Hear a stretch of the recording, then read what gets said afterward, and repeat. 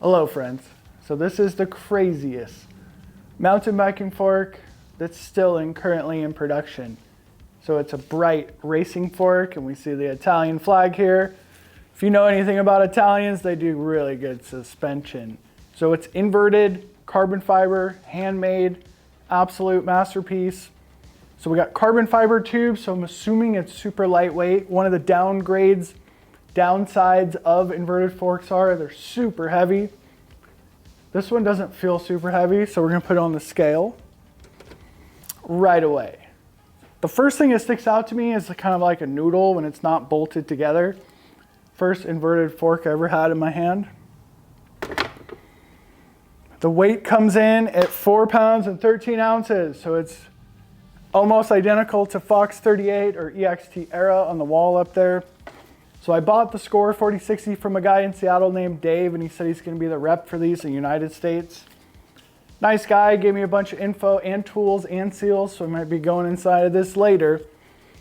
So he told me we measure axle to crown on this, and it's equivalent to RockShox Zeb 170. Zebs have a really big axle to crown, or a Fox 38 180 axle to crown, which is a little bit shorter. And it doesn't use sag, and it is ultra simple, like incredibly simple, like just a couple little adjustments, but never underestimate the power of simplicity.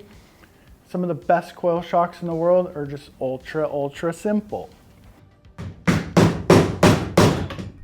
this is not the fork to be Sam Pilgriming, so I took it to my local bike shop. Right. Racing shocks. Never heard of Bright. Is it hand built in Italy? Yeah. So there's some like pasta in there and some pasta sauce. Little cheese on the Just anchovies. Yeah. With, anchovy oil is the bath oil. That's nice. And you got some like Very low compression. Parmesan for the bottom out bumper. Well, that's probably too hard. We need some like soft cheese. See, now I'm hungry. That's what happens.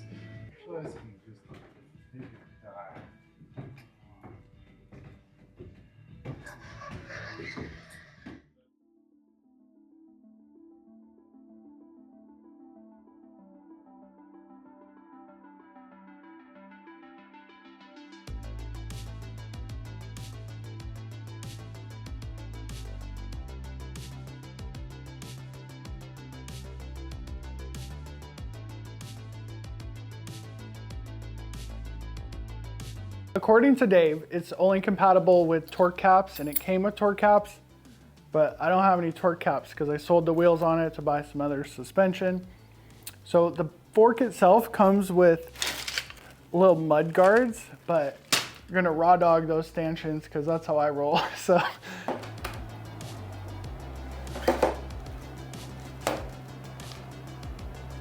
it's kind of oddball axle. It's a 10mm Allen. And I cannot get this thing to line up. So I think, I don't know. Oh, the rotor's on backwards.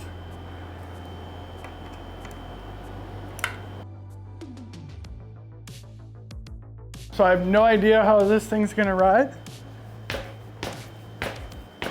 So when you sit on it, it has no sag supposedly. So it's gonna preserve the geometry like on another level.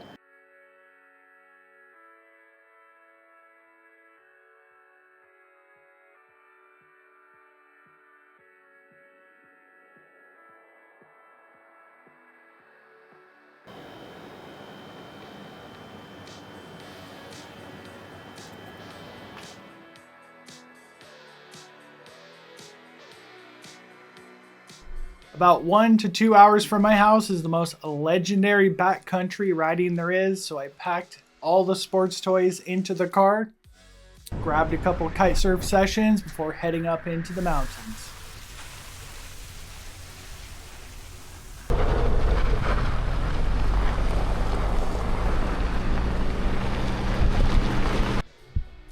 Right in the middle of bolting this together, so we definitely have the air spring on this side. I think this side's just completely dead. So this fork's almost like a lefty. But it's one of the few times you can really see the secondary spring pressures from a telescoping fork. So it basically gets more progressive as I push it down, and there's obviously no air anywhere in here. No bleeder valves. And progressively gets harder. And this side contains the damper and the air spring, and I'm guessing this is a rebound. The guy I bought this fork from, everything was dialed, so I'm just gonna leave it for now. So this is one of the funnest parts about putting this together. So this is the only 10mm axle ever. So maybe this is like a stiffer axle. We should probably pull this out, take a look at it. All right, lift the noodle, line it up.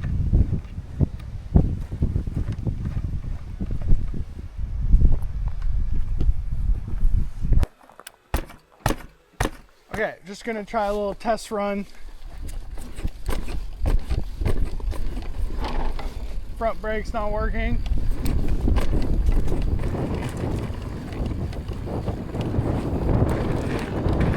Not too abnormal, so I guess we're good to carry on.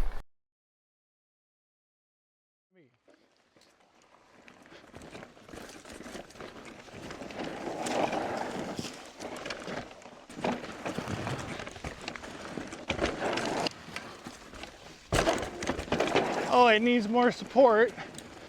That's for sure. Now, whenever you have a good piece of suspension, even if it's not perfectly dialed, you can still keep riding and have an astronomically good time. Right fork, so let's pay attention to it, staying shallow in the travel. So what this correlates to is absolutely amazing steering characteristics. So I am heavy on the front brakes, 1 foot on the ground, and this thing steers basically better than any fork I've ever rode before. First of all, I came to this trail because it's legendary pirate Lomer epic ass trail with absolutely zero warm up, wide open compression. I don't even know what they call it. They call it control and open. Just absolutely no steering issues, super nimble. Did have like one harsh metallic clank somewhere down here. I'll definitely got that on footage, but it has 300, that's 360. So let's just consider it 360. So we'll do half, and then I'm gonna slow-mo the fork and see what it looks like through this zone right here. It's a pretty challenging little zone for suspension.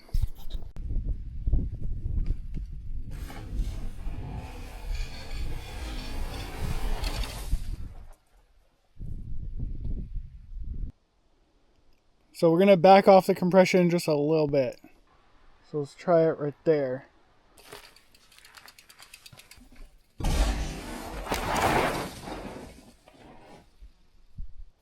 Use the little bolts right here, like 1 click, 2 click. So we're right about there. We're gonna see how comfortable, how this fork climbs. It's obviously not a dual crown fork, so we gotta climb with it. This is definitely the most craziest climbing experience I've ever had. So basically the fork is locked out, ultra efficient climbing. And then when you hit a bump, it does go into the travel. It kind of like opens up like electronic suspension. So that doesn't make it the most comfortable fork because it's locked out half the time unless you compress it pretty far. So during this savage 3,000 foot climb, I did have one little bit of a hiccup. Basically, the fork didn't open up in time and it kind of jarred me off the bike.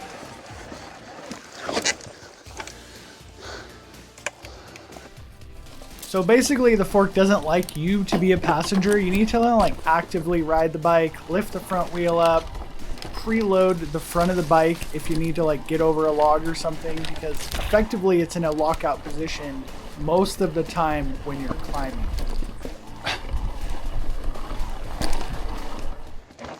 So we got the steep rocky stuff. Fork maintains ride height really good.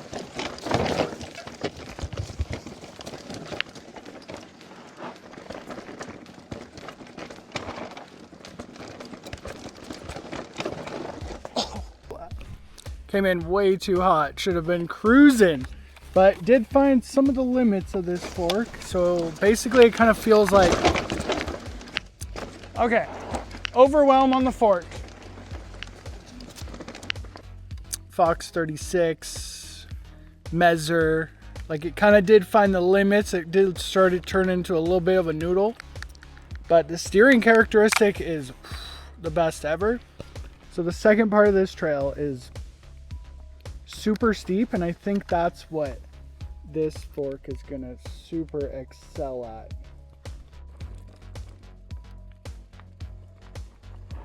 This is 100% the most dialed fork in steep technical riding. While it's maintaining ride height, just basically giving you super good steering characteristics, and I can for sure say that it helped me not crash in a few different sections. Pretty legendary fun day on that fork, and sun's going down. We're gonna try to find a campsite and wheel up there.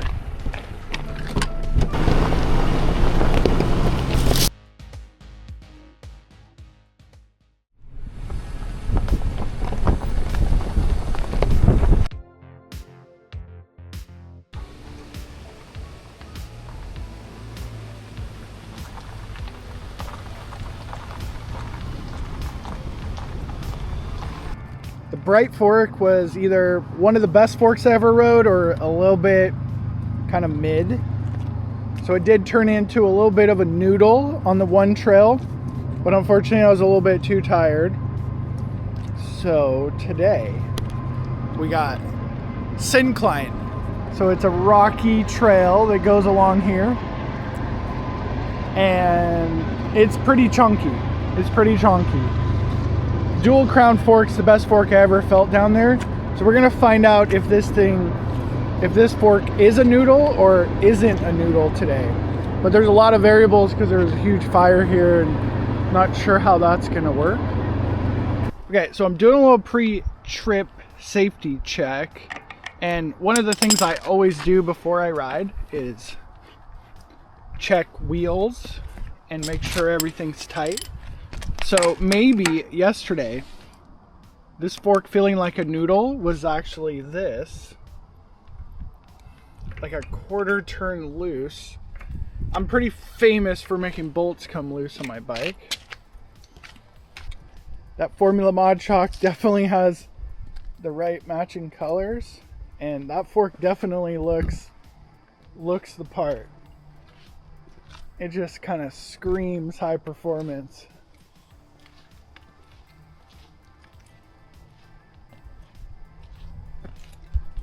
Okay, so the fork feeling like a noodle towards the end of the ride in the last trail yesterday would kind of explain the axle coming loose.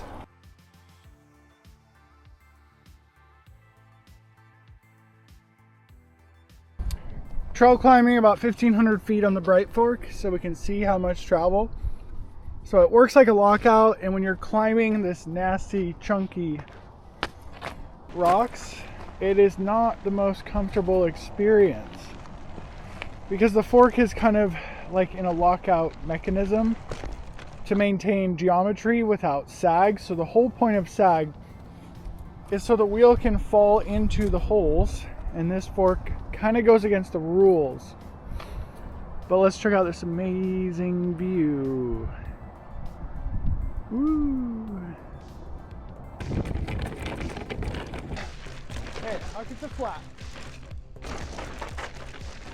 So I pulled over and I filmed this section a couple different times, and the Bright fork is definitely not a noodle when you do have the axle fully tight.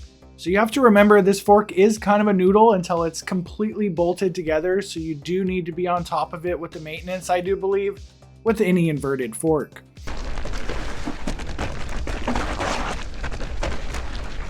So what's interesting is today is cold and yesterday was 85 degrees, and now the fork feels a little bit stiff. And we're going for maximum control, or actually traction, here in this little chunky zone. So we're gonna open it to wide open compression and try it again. Chunk did not go very good, but it's also kind of early in the morning, so we're gonna go try it again. Run 3 was going substantially better because I moved the compression to the fully open setting. Considering how easy it is to use the compression knob, basically it's like a sweeper, I'm not complaining too much. Massive levels of traction coming out of this fork in the most technical environment. I do feel like the fork does better at lower speeds than it does at higher speeds. And there's really no category to put this fork into. It's not a 36, it's not a 38. The only thing to compare it to is the measure. So you got to click this video on your screen to see what the Manitou measure is all about.